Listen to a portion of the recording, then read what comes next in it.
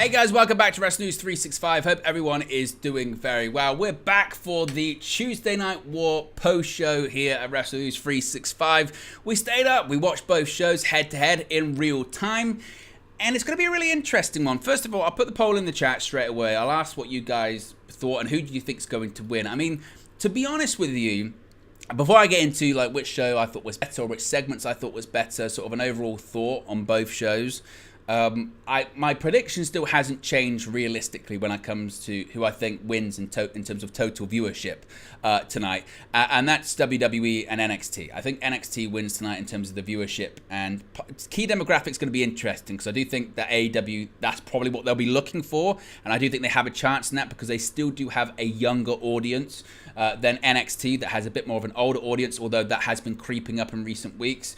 But given the names that were on the show advertised, given the names that were rumored to be on the show that weren't advertised but ended up appearing, your LA Knights, your Undertakers, WWE really has to win that show in terms of total viewership. It was the most star-studded episode of NXT that they've ever produced. Therefore, it would be, frankly staggering, wouldn't it, if NXT didn't win in terms of total viewership, and it'll be a win that they'll crow about. If AEW Dynamite somehow defeated them in terms of total viewership, I think it'd be a massive blow, a huge feather in the cap for All Elite Wrestling, but it would be a massive blow for WWE, but I don't think that's going to be the case. I do think that irrespective of the quality of the broadcast, that NXT would win in terms of total viewership tonight. It was, a somewhat loaded episode of Dynamite with some noteworthy things happening, 2 title changes on Dynamite versus shows that feature some of the biggest stars in WWE history, and currently on the roster you've got Cody Rhodes all over the show.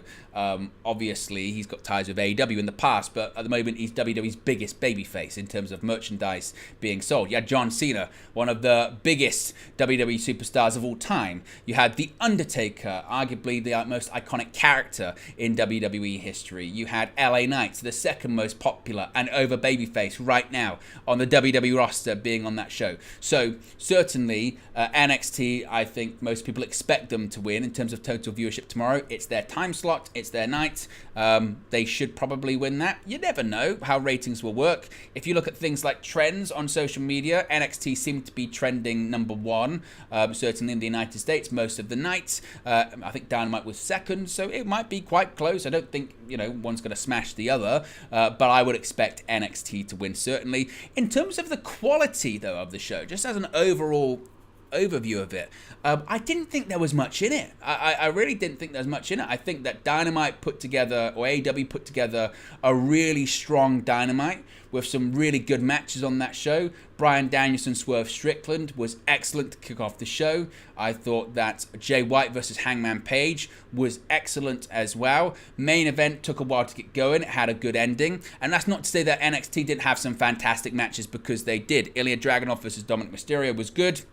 Main event, Braun Breaker versus Carmelo Hayes was good. But I think it was one of those things that when they made the announcement that John Cena and Paul Heyman are going to be in the corners of Carmelo Hayes and Braun Breaker, that's obviously, it's big. It makes you tune in. You got Paul Heyman's on the show, John Cena's on the show. Fantastic. But when you watch it, you realize that, they're just there. They're just there. They're just there to get people to tune in. And I think ultimately it would have worked. And I think it did probably work for them in terms of ratings overall. Cody Rhodes, again, he was all over the show. He was the special guest general manager. His announcements, were they massively significant? I suppose, not really, in terms of, he said that there was going to be a men's breakout tournament. Cool. He said the Dusty Rhodes Tag Team Classic was coming back, to be expected, and now that Rhodes is back with the company, that was to be expected. The big announcement that he was going to be all over the broadcast. He was going to be on the broadcast anyway. I suppose the biggest announcement he made was that LA Knight was going to be on the show, and they made sure they did that in that opening segment to hook the people in. And again, I think that probably would have worked, considering that LA Knight's a big merchandise movie. He's a big ratings draw at the moment. He's incredibly popular, so I think that probably would have worked as well. But in terms of, saying the show that I enjoyed more, I think Dynamite had better matches. I think in terms of match quality, you'd probably go Dynamite over NXT. As I mentioned, I don't think, though, that will change the ratings too much. There might have been some moments where people jumped across and jumped over, but I thought AEW was the better overall show in terms of the match quality and product. But of course, NXT had the biggest stars, and they had big moments on the show. Seeing John Cena in NXT is certainly surreal. Seeing The Undertaker, the American Badass, end the show is certainly surreal. One could argue it goes back to what does that do for Braun Breaker to end the show? Because what happened? Braun Breaker had Paul Heyman in his corner. Fine. He lost to Carmelo Hayes, and then The Undertaker came out, punched him out, and chokeslammed him. What does that do from Braun Breaker, this big badass that Paul Heyman's called a badass for however long during the show? Give him this big introduction. He got punked out by a guy that's, nearly 60 and doesn't wrestle anymore. I know you could say, well, he's in the ring with The Undertaker, but still, The Undertaker's not going to be there next week. What does that do for Braun Breaker? So it'll be interesting to see where they go next with Braun Breaker when it comes to that. Let me put a poll in the chat, though, because I put the poll in about who was going to win total viewership during the watch-along.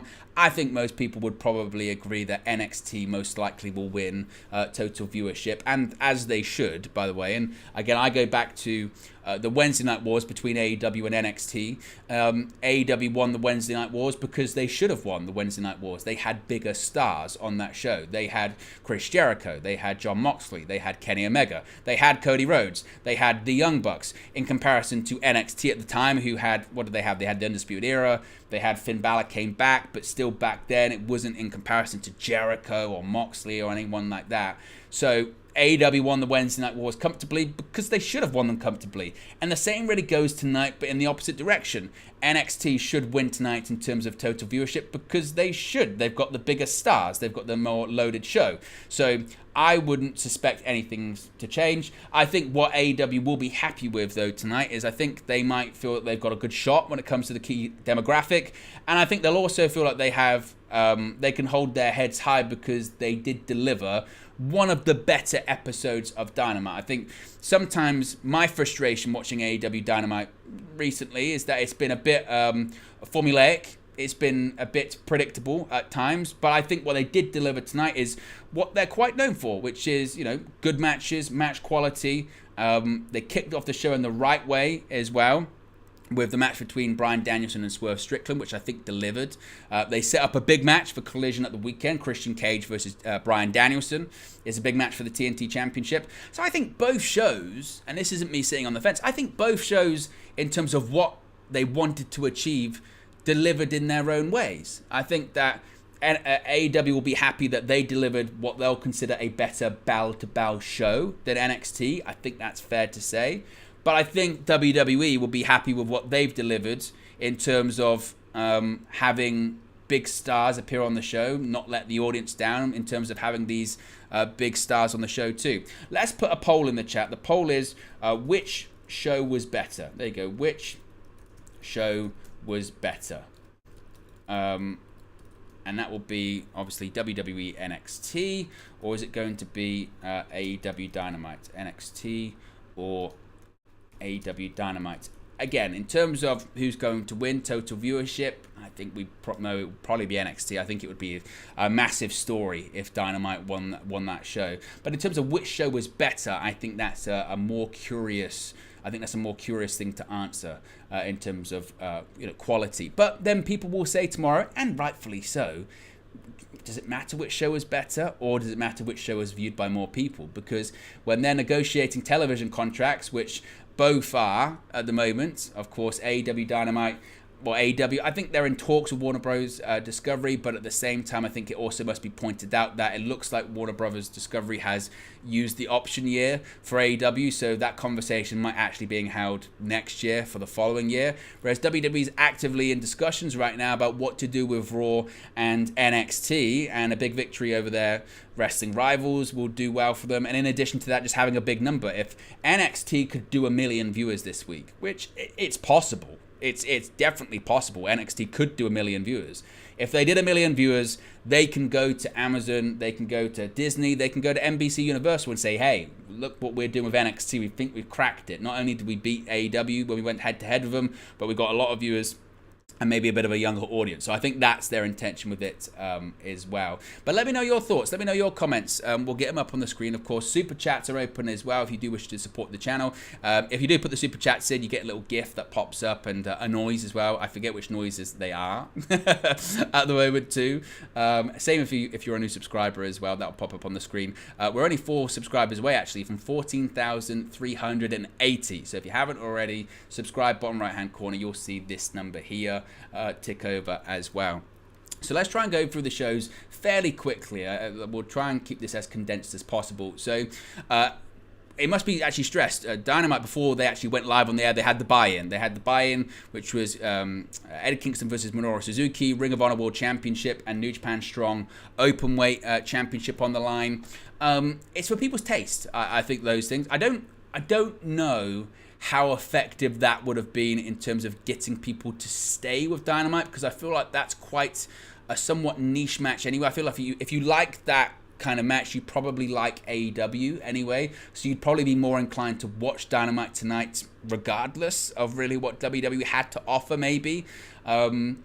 And so the match was fine. Obviously, Eddie Kingston retained, as one would expect. Lots of chops. Minoru Suzuki's chest looked bright red by the end of that match. But also, too, they still had a 10-minute period where, you know, they were getting ready for the show to be broadcast on TBS, and people could jump over to USA Network to watch NXT if they wanted to anyway. So it's not as if it was a super, super strong lead-in or anything like that. It was announced during that point, though, that Jon Moxley is still suffering from the concussion that he sustained at AEW Dynamite Grand Slam. So he did not compete tonight, which is quite interesting. When they would have found out that news, we'll work to find out when indeed it was found out that Moxley wouldn't be able to compete, because of course they advertised him last week, and one would have assumed that maybe Moxley would have been cleared last week and been available for tonight's show, but then seemingly he must have been concussion tested today and he wasn't cleared. And I don't know how I feel about that when it comes to sort of false advertising. Of course, cards are subject to change,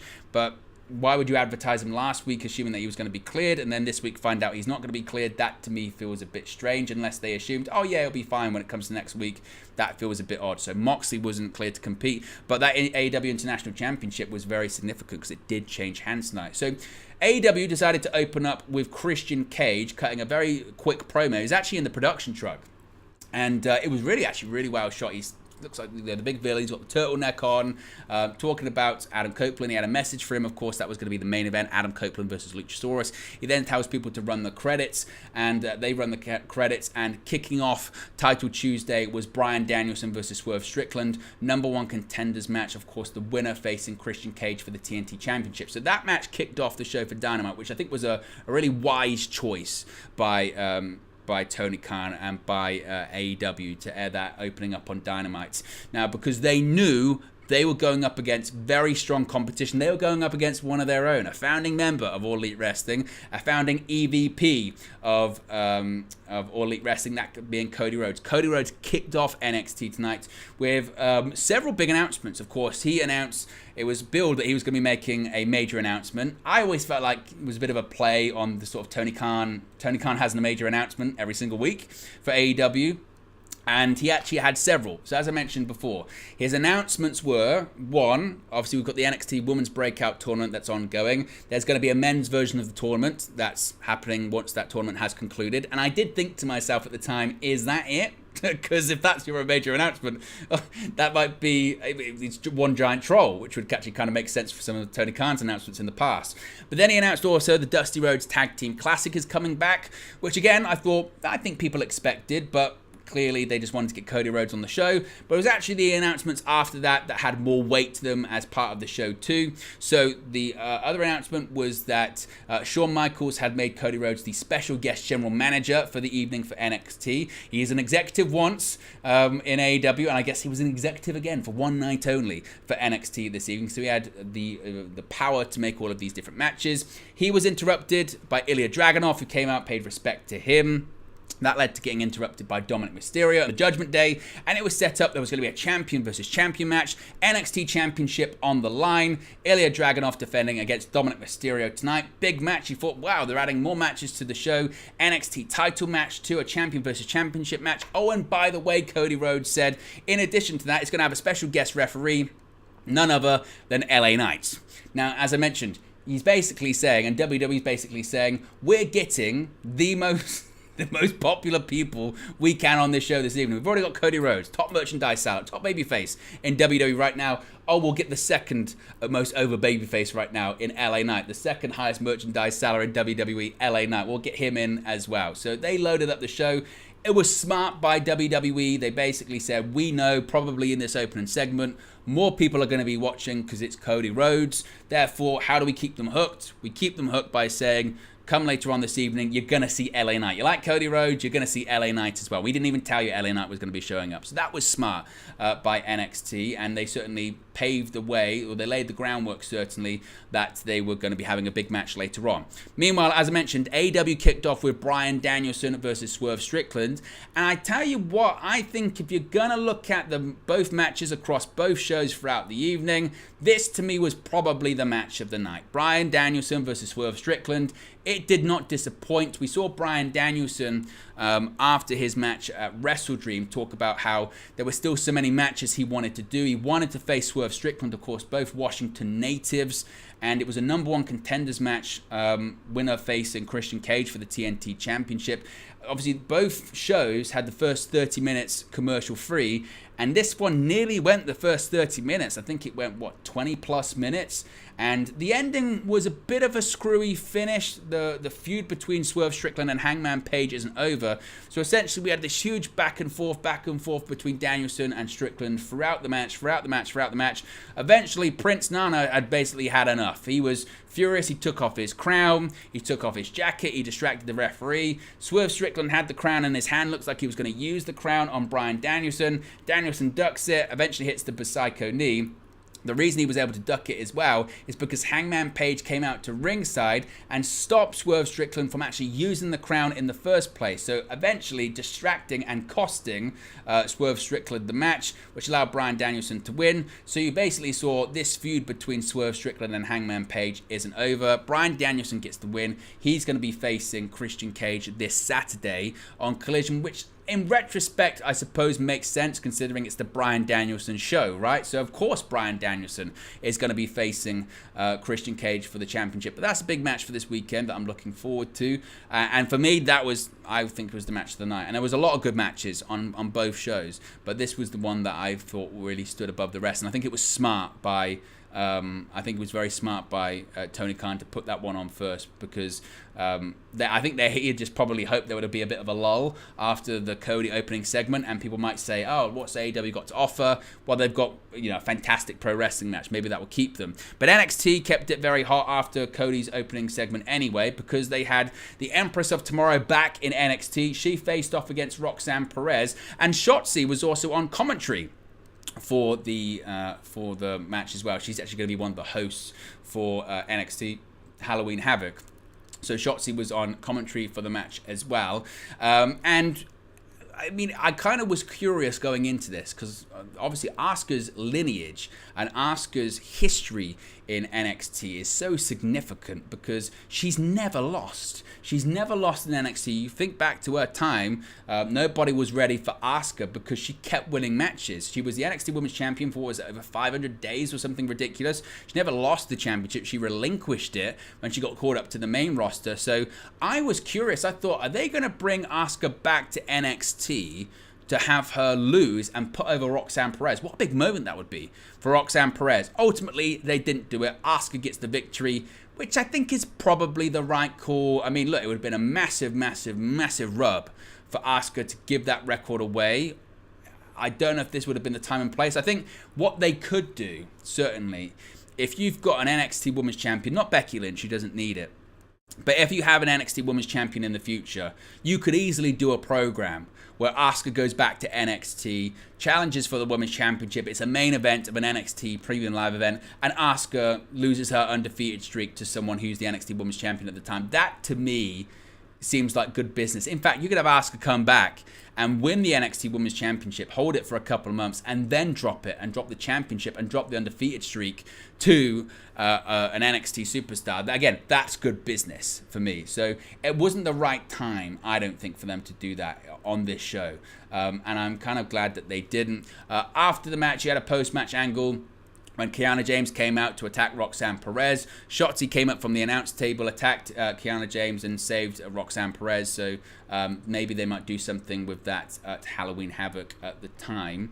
So those were the first matches from either show. NXT then moved into the Pub Rules match as British Strong Style faced off against Gallus. Certainly a match which I think NXT was probably thinking at the time. We know that maybe they might go with something stronger now, AEW, so let's hope if we've got a gimmick match with weapons and tables and stuff like that, it might keep the viewers hooked. But then AEW went pretty big, because up against the Pub Rules match, it was Chris Jericho versus Powerhouse Hobbs. And this was one of the bigger angles of the evening by AEW tonight. Of course, Powerhouse Hobbs, the latest member of the Don Callis family, and Chris Jericho. For all of the people that will say, you know, Jericho doesn't put young guys over, he's a clout vampire, he tries just to, you know, suck the energy and again, suck the momentum out of people. He does what Triple H and Hulk Hogan did, where he just tries to work people that are over and then put himself over and hold down his spot. Jericho put Powerhouse Hobbs over in the biggest way he possibly could tonight. I said during the watch along, this was the only way I look at it. It was Brock Lesnar and John Cena from SummerSlam in 2014. In terms of that was the match. Powerhouse Hobbs basically beat the hell out of Chris Jericho.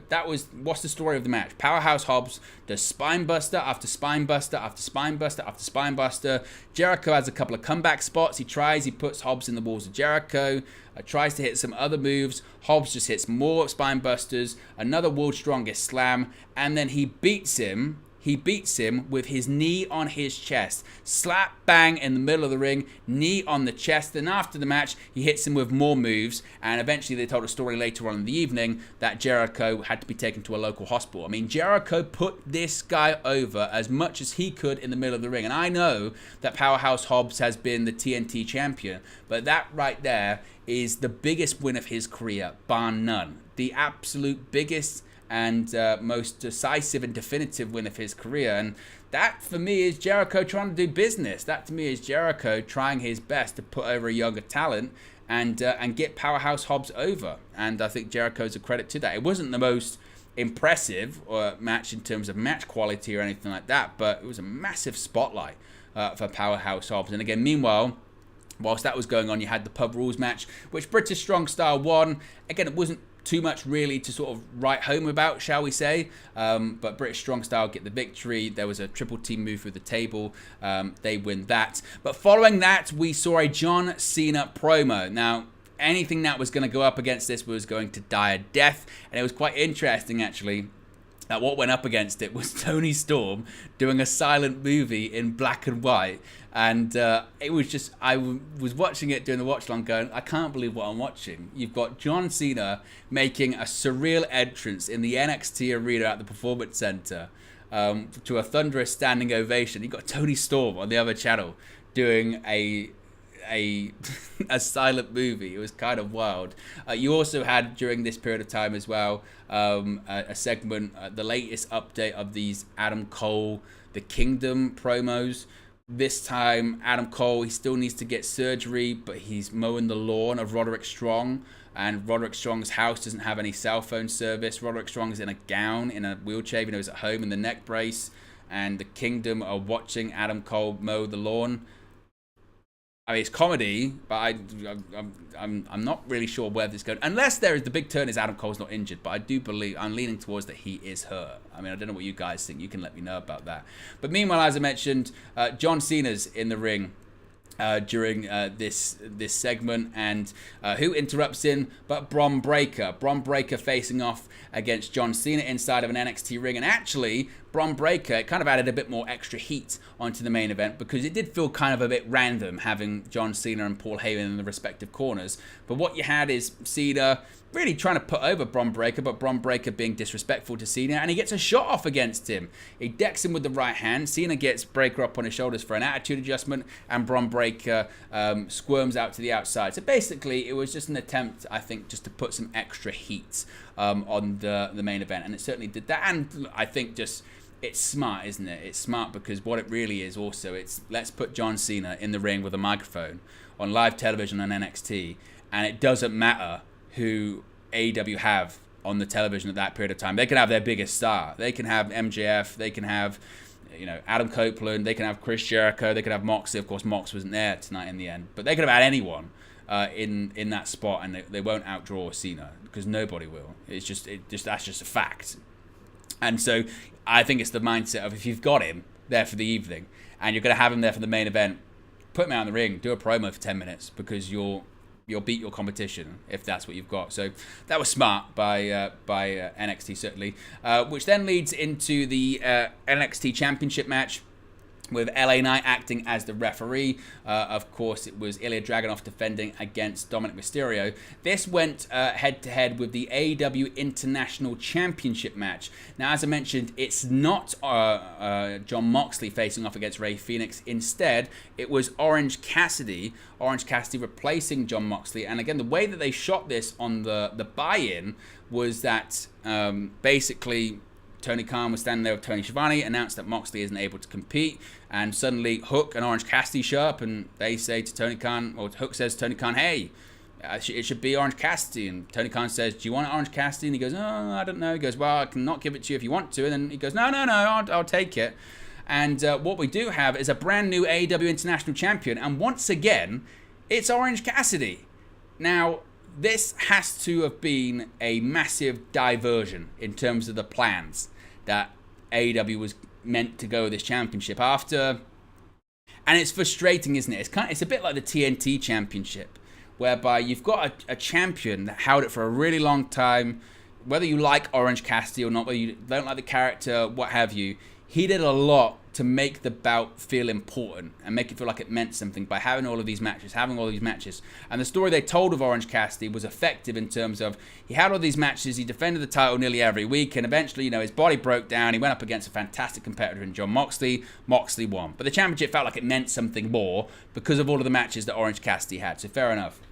So he drops the championship to Moxley, and you felt like maybe the story that they might try and do is Moxley has a similar run of just beating people, defending the title, and then maybe eventually he faces Orange Cassidy again, and maybe Cassidy this time wins, or something like that. Maybe that's what they do. But of course, that all changed when Jon Moxley suffered his concussion at Dynamite Grand Slam. And I want to push back on what Dave Meltzer is saying, because I remember after it happened, you had Dave Meltzer come out and say it was a mild concussion. And I think that's a ridiculous statement to make, quite frankly, because there's no such thing. A concussion is a concussion.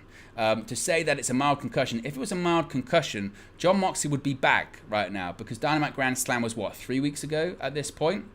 If it was mild and it wasn't that bad, he'd have been fine. But obviously, Jon Moxley isn't cleared to compete tonight on Dynamite. And if you saw Jon Moxley at Wrestle Dream, it's not as if all of the faculties aren't there, and it's not, he's not completely sound of mind. He's okay, but he's not okay enough to wrestle, and he's not okay enough to clearly pass concussion protocol. So to say that it was a mild concussion, I think was a big disservice to any form of concussions. We've come too far, frankly, in pro wrestling, when we know about CTEs, we know about CTE, we know about head injuries, we know about all this stuff, to call anything a mild concussion and then 3 weeks later he's still not cleared to compete. That seems like it's quite significant. So hopefully Moxley can get better soon.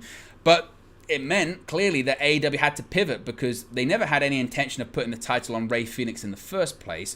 Rey Fenix, again, is clearly banged up as well. He's been suffering injuries since that Dynamite Grand Slam match, and you get the impression now, the fact that they've put the championship back on Orange Cassidy, that maybe they just thought, the plans have changed big time. Moxley isn't coming back soon. Rey Fenix, we didn't even mean to have the belt on him and he's beat up, so we've got to get the belt off him. I think the intention last week of assuming that Moxley was going to be back was that, we'll get the belt and we'll just put it back on Moxley and then we're back onto the plan that we wanted to do. But Moxley wasn't cleared to compete. So the belt's back on Orange Cassidy, and my only hope is that they don't just go, right, well, it didn't work with Phoenix, it didn't work with Moxley.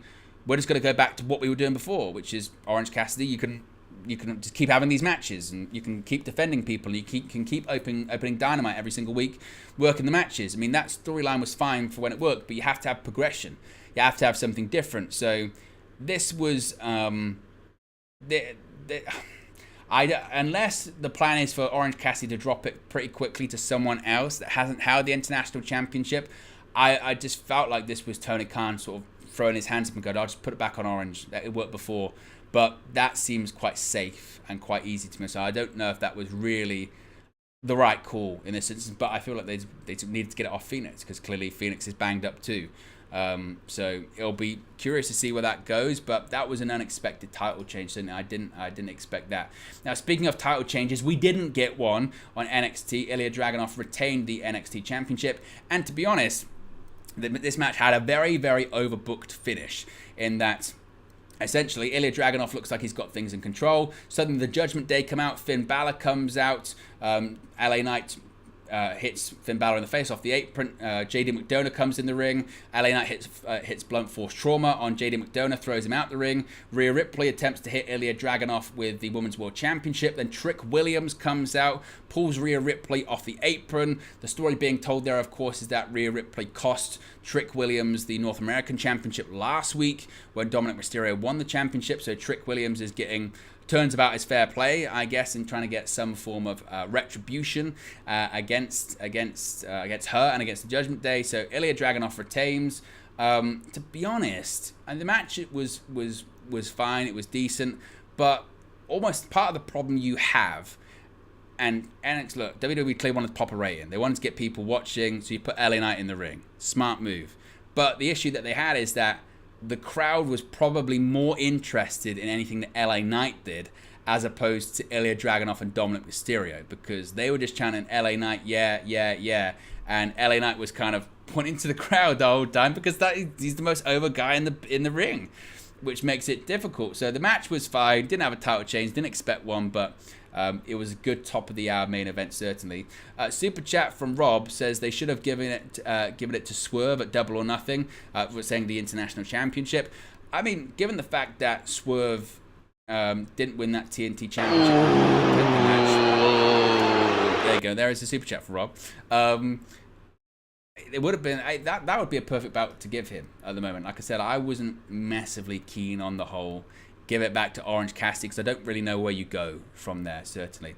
We've got 90 people watching, only 26 likes, by the way. So if you haven't already, click the like button. Let's see if we can get to 50 likes. We're only 24 likes away. So if you haven't already, click that like button. And of course, if you are new, be sure to subscribe, bottom right-hand corner. We're only 2 subscribers away, 2 from 14,380. So if you haven't already, please do subscribe. You'll see that number hopefully get to 14,380 there as well. In terms of the poll in the chat, let's have a quick look.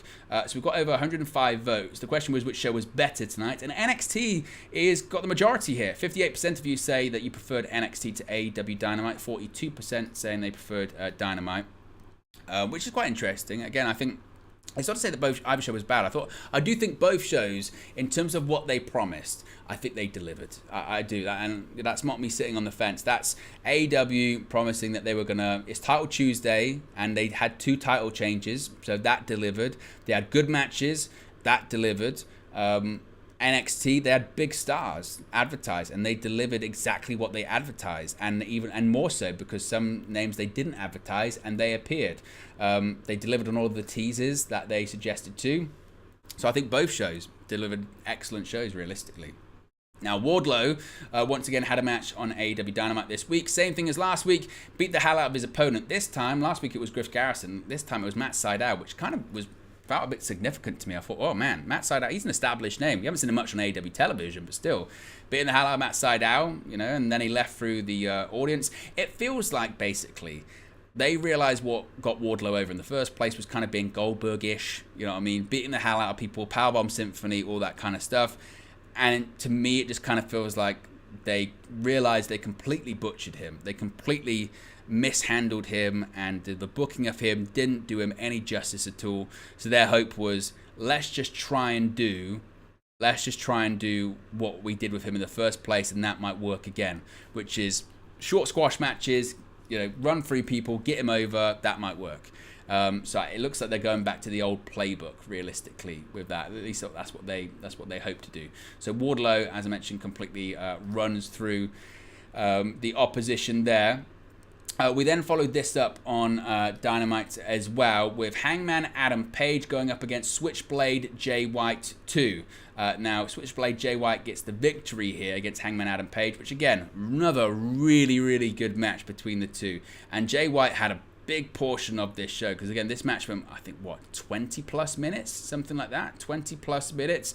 And the outcome was predictable. One, because Jay White's going to be challenging for the AEW World Championship, so he's not going to lose to Hangman Page on an episode of Dynamite on the road to Full Gear. But also, Hangman Page got involved earlier on in the evening with Swerve Strickland. Therefore, Swerve Strickland and Prince Nana are going to get involved here, and that's exactly what happened. They got involved once again, and it allowed Switchblade Jay White to get the victory. So clearly the feud between Hangman Page and Swerve Strickland is not over.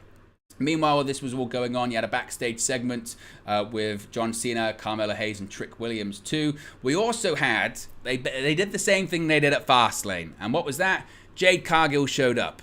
So we saw at a Fastlane on the pre-show, Jade Cargill showed up. She gets out of a car and she shakes hands with Paul Levesque, Triple H, and they go backstage. Same thing happened tonight. She was at the Performance Center. Jade Cargill was there. She gets out of a car. She shakes hands with Shawn Michaels. She goes backstage. We don't see her again. So they're kind of like doing I feel like the Scott Steiner storyline from 2002. Now, if you're not familiar with that, basically the Scott Steiner storyline from 2002 is that Steiner had signed with WWE. He was a free agent, and you had all of these representatives from all of these different brands trying to win him over. So you had Eric Bischoff trying to get him to sign for Raw, Stephanie McMahon trying to get him to sign for SmackDown. And it kind of feels like they're doing a similar thing here by they're trying to suggest, oh, the main roster wants her, or NXT wants her. They're all meeting her. She's the hottest free agent in pro wrestling, but she signed with WWE. Where's she going to go? What's she going to do? And then eventually she'll arrive on some brand. I think it's been rumored that it'll be Raw, but it could be anywhere at the moment. So that was, I think that was just, it was teased on social media and they delivered it. I think it was another attempt, just let's get more names. And it's kind of wild, isn't it, that you got two players that were very significant in the Wednesday Night Wars. Maybe not so much Jade Cargill, because she kind of came in at the tail end of it. She was in, March of 2021, and that was just about time that NXT moved off of Wednesdays. But certainly Cody Rhodes. I mean, Cody Rhodes he was in the first match on Dynamite. He was the general manager on NXT tonight. I mean, it can't be overstressed how much of a significant deal that is. That was the case. So speaking of Cody Rhodes, he then is in a backstage segment with Baron Corbin. Baron Corbin is saying that he should be the number one contender for the NXT Championship. Dijak did attack Ilya Dragunov after the NXT Championship match. So Cody Rhodes says, well, he made himself a contender too. He then also says, okay, next week there's going to be a triple threat match. It's going to be Baron Corbin versus Dijak versus the winner of the main event tonight, and they're going to get the winner of that will become the number one contender for the NXT Championship. Now, on Dynamite, things took a bit of a personal turn, because what happened is MJF comes out to confront Bullet Club Gold and says, Jay White, I want my bout back. I want the Triple B back. Jay White basically says no, and he realizes that MJF's not going to do anything because there's four of them in the ring, and MJF's got no friends and by himself. But then it took a pretty dark turn. So obviously MJF has told this story a lot about the quarters being thrown at him as a child and all this kind of stuff.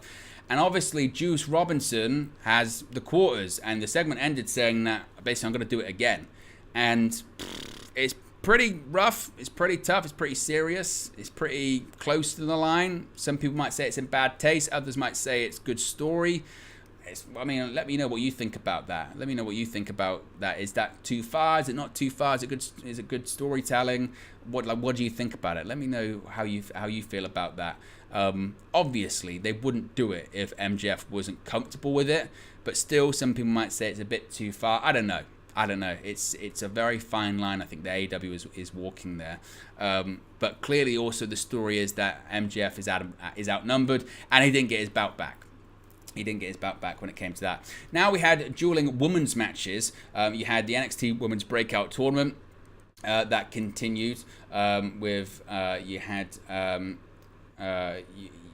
the NXT Women's Breakout Tournament that was going on. In Lola Vice was facing Danny Palmer. Lola Vice gets the victory in that one. Meanwhile, over on AEW, we had the AEW Women's World Championship match, and we got a brand new AEW Women's World Champion because Saraya has lost the AEW Women's World Championship to Kairi Shida, who has won it for a third time.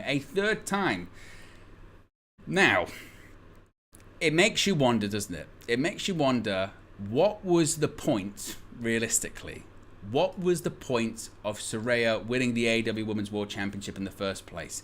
And I don't have a very good answer for you, apart from Tony Khan wanted a moment inside Wembley Stadium. That's all he wanted, because Saraya will go down as the worst women's world champion of all time, because she didn't do anything in the title reign. She was the champion since, the end of August. How many times did she defend it? Was that her first time, or did she defend it another time? I think that was about it. Didn't do that much, because she doesn't wrestle that many matches because of obviously the schedule and the health and all that kind of stuff. The match itself wasn't all really to write home about. I think it was clunky at points, a bit like a lot of the Saraya matches since returning. And you go back to, why was the bout taken off Shida in the first place? Clearly because Tony Khan wanted a moment with Saraya and her family at Wembley, but, defended against Tony Storm. Thank you. Great 3-2-1. But I think that was it, right? I think that was the only one. And Storm did get involved in this match as well. She attacked Ruby Soho with the shoes and all that kind of stuff. But it just kind of finished a very pointless run with the AEW Women's World Championship. And there were reports, weren't there, that Saraya had the decision to make Saraya the AEW Women's World Champion was made just a few days before Wembley, or maybe like the day before Wembley, or certainly Saraya found out, I think, day of, that she was going to be winning the championship. That doesn't necessarily mean the decision was made the day of, but it felt like a rash decision. I mean, when she won it, everyone at the time said, well, it doesn't make a ton of sense from a storyline point of view. I mean, we get it. We're in the UK and her family's at ringside, and it's a great moment for her coming back from where she came from to win the title. That's great, but from a storyline point of view, it doesn't make a real lot of sense. And then now, she lost it with a very mediocre, nothing really reign. And now it's back on Shida once again. And it also kind of feels like when they need to, put the belt back on Shida. That'll help the division. So I don't know if it was just the case of, it's Title Tuesday, we've got to deliver title changes. Fair enough. Because maybe the mindset might be also from AEW is, we know we're probably going to lose in terms of the viewership and in terms of maybe not the demo, but what we can do is we can switch a couple of bouts, and next time we do a title whatever, not Battle of the Bouts because nobody watches that, but next time we do a Title Tuesday or a special title edition of a show, people will tune in with the mindset of, well, last time they did that, titles did actually change hands. So we've got to tune in because, we've got to do that again, basically. Then people will believe, people will buy in. So another title change, Kairi Shida once again, the AEW Women's World Champion. And then we got into main events for both shows. Starting off with NXT, main event was Braun Breaker versus Carmelo Hayes. Both big names, of course, at ringside. John Cena in the corner of Carmelo Hayes. Paul Heyman in the corner of Braun Breaker. And probably the most significant thing that Paul Heyman did was the ring introduction for Braun Breaker, which was excellent. This was a good match, obviously. Good match between Breaker and Carmelo Hayes. Carmelo Hayes gets the victory. What we saw in the final moments was that Solo Sikoa of the Bloodline arrived in the NXT arena. John Cena fights off Solo Sikoa. They brawl backstage. Eventually, Carmelo Hayes hits nothing but net on Braun Breaker and gets the 1-2-3, but nearly immediately after the match, Braun Breaker just spears the hell out of Carmelo Hayes, and who arrives but The Undertaker. Of course, he was teased significantly by WWE, and The Undertaker shows up. The American Badass version of The Undertaker, it must be said, and that shouldn't come as much of a surprise anymore. I know everyone keeps saying, oh my god, I can't believe American Badass version of The Undertaker, but he has said numerous times in all of these interviews, when he did the final farewell at Survivor Series in 2020, that was the final farewell of the Undertaker dead man character. He will never wear the hat, he will never wear the gloves, he will never wear the trench coat again. That version of the Undertaker is not coming back. He is done. He's pulled back the curtain. He believes too much at this point. It's done. He's never doing that again. When he makes appearances now, he's the American Badass version of The Undertaker. He's more Mark Calloway. And we saw that at the Raw 30th anniversary special earlier this year. We saw it at NXT tonight. That's the Undertaker we're going to see on WWE television moving forward. So what happens? Undertaker comes out on the motorcycle, gets in the face of Braun Breaker. Braun Breaker had said he was the biggest badass in WWE. Undertaker punches him out, hits the choke slam, and raises the hand of Carmelo Hayes to end the show. But look, Undertaker being on NXT, it's a massive moment. It's a surreal moment. I'm sure it will do good numbers. As I mentioned, I do say, what does that really do for Braun Breaker? I get being in the ring with the Undertaker, and you could argue, look, Undertaker was in the ring with LA Knight back in January of this year, and look, LA Knight's not doing too bad right now. So. And he didn't come off good in that segment. It was with Bray Wyatt. It was last time Bray Wyatt was actually on Raw, of course, before his passing. But so it could do well for Braun Breaker, I suppose. But I came out of it going, Braun Breaker just lost the match, and he also got beaten up by the Undertaker. And Braun Breaker's meant to be perceived as this big, stud, and he got beaten up by an old man, basically. So I'm not sure if that really did any favors. But again, I do big numbers for NXT, and they'll be very, very happy with that, WWE. Of course, then finally on AEW Dynamite, you had first a Christian Cage promo, came out, ran down Adam Copeland, ran down the crowd, talked about not being the faction's leader in Nick Wayne and Luchasaurus. He was their father. He also took shots at the Judgment Day, saying, I didn't dress this group up like it was Halloween and pretend that they were tough guys and all that kind of stuff. You also had then Luchasaurus attack Adam Copeland before the match, hitting a clothesline to the back of the neck, and Luchasaurus dominated large portions of the match, but this match had significant time. They had an overrun of 15 minutes pretty much on this show, so NXT finished first, and then I guess most people you would think maybe came over to watch Adam Copeland versus Luchasaurus. A couple of nice moments in the match. Adam Copeland hit a really actually impressive spear where he ran off the apron and then jumped onto the steel steps and then speared Luchasaurus on the outside of the ring. Eventually he hits a spear, he gets the victory, as one would expect over Luchasaurus. And then, this is a sort of Tony Khan trope that I feel he relies on too much, and he did a lot certainly during the Wednesday Night Wars, which is, how do I end a show when I'm not too sure what the ending should be? Let's just have a big brawl. Let's just have everyone come out and attack each other. And that's basically what happened. Bryan Danielson comes out and attacks Christian Cage, and attacks Nick Wayne and Nick Luchasaurus. Eventually the Gates of Agony come out, the Blackpool Combat Club comes out, Swerve Strickland and Hangman Page come out, so you've got like 3 or 4 different groups all brawling to end the show. The show goes off the air with Bryan Danielson having Christian Cage in the LaBelle lock with Adam Copeland looking on, and that's how the show ended. And as I mentioned, that's just a bit too much for me, because I feel like they do that too often. Tony Khan does that too often, or has done that too often in the past. I think, sometimes it can be effective, and sometimes having chaos to go off the air can get the audience hooked for the next week.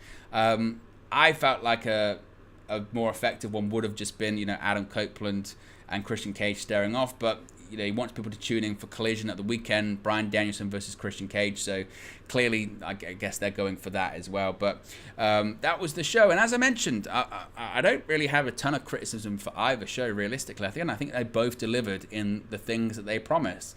Again, my prediction for tomorrow, of course we will cover this tomorrow when the ratings come out. My prediction is that NXT will win total viewership, and possibly I think that that AEW might win in terms of the demographic, possibly, maybe. What are people saying in the chat here at the moment? Bossu says, why really? Those who are trashing WWE next, I mean NXT, are the same people who watched WWE for years, and AEW screwed up many times with the bad storylines and fake reviews and lack of storytelling. I'm not sure what you're referring to. I think it's a very strange one, isn't it? Because people like the products so much that if you say anything, to criticize either, and I think sometimes it's constructive, people get very angry. The tribalism in pro wrestling is, to me, very, very odd. I think it's like, I've said it before, you've got two things in the same genre. Let's say you really like Star Wars, but you spend more time telling people how Star Trek's the worst thing ever. And you get scenes from Star Trek and tell them this is why you shouldn't watch Star Trek and you should watch Star Wars. That to me makes no sense. Enjoy watching Star Wars. Enjoy watching WWE. If you don't like AEW, that's cool. Like this, they're not perfect. Neither show is perfect. But this desire to be on a team and belong to a team involved in all of it is odd. Very, very odd to me, because it's wrestling. There are different flavors, and you don't have to watch stuff you don't like. And people make it like a crusade to tell people that they shouldn't be watching one or the other. And I really do mean that's on both sides. You get people that are so pro WWE that will do everything to tell you that they hate AEW and AEW's failing and AEW should go out of business. And then you do get people that are really pro AEW that are like, why would you watch WWE? You're terrible. You're an idiot. You're a bootlicker if you watch WWE. And I don't know. Call me crazy, but I'm just like, watch what you want. Why are you trying to convince people that they shouldn't watch something? That I will never understand that. I will just, I'm a football fan. I'm a Man United fan. And that's like me telling people, Chelsea fans, to not support Chelsea because they should support Man United instead. And even that's weird because they are teams. This isn't teams. This is not teams. It's television programs. It's like, oh, why would you watch CSI? Watch Law and Order instead. That's my team. Well, it's a TV program. And I'm going to make social media accounts and show you scenes where in Law and Order the acting's shit. And it might be in certain scenes, but then there might be scenes that it's good. And you go, okay. It's very, very weird. And I totally respect people that won't like certain stuff. You're allowed to. And you can, when you say, it's not for me, that thing, or okay, I didn't like that. That's fine. But the thing that I don't get is just like I said, the going out of the way. The people that make accounts, both sides, dedicated to telling people that this thing is what they don't like. That's just living in weird negativity. I don't get it. I don't. But it's just, oh wow, there's very angry people. You know what I mean? It's just, I don't know. Nevertheless, guys, there you go. Appreciate you tuning in. Appreciate you joining me for the watch long and the post show. We'll be back with news videos tomorrow, and I'll speak to you again very soon. I'm out of here. Peace.